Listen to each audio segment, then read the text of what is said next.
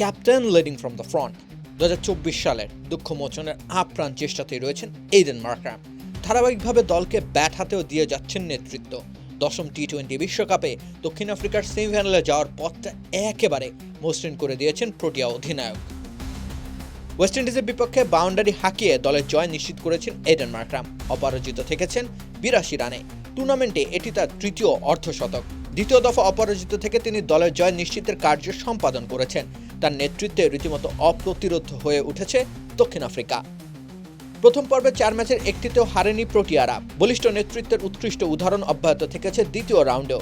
ক্যারিবিয়ানদের বিপক্ষে পরাজয় দোলাচলে ফেলে দিতেও দলটির সেমিফাইনালে যাওয়ার স্বপ্ন। এমন ম্যাচে মার্করামের সতীর্থরা ওয়েস্ট ইন্ডিজকে কোণঠাসা করেছিল বটে।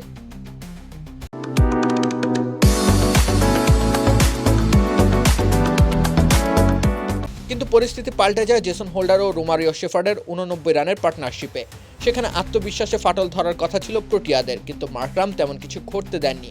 দলের প্রতিটা খেলোয়াড়কে আগলে রেখেছিল মার্করামের ব্যাট।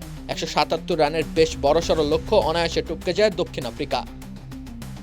46 বলের ইনিংসটিকে তিনি সাজিয়েছিলেন 7টি 4 ও 4টি ছক্কায়। প্রায় 178.26 স্ট্রাইক রেটের ইনিংসটিতে তিনি দলকে এক ফোঁটাও চাপে পড়তে দেননি।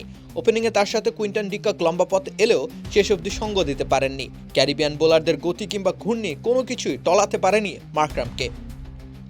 তার দৃঢ়তায় 23 বল ও 9 উইকেট বাকি থাকতে কাঙ্ক্ষিত লক্ষ্যে পৌঁছে যায় দক্ষিণ আফ্রিকা। টুর্নামেন্টের দ্বিতীয় সর্বোচ্চ রান সংগ্রাহক হিসেবে তিনি দলের শিরোপা জয়ের স্বপ্নকে বাঁচিয়ে রেখেছেন।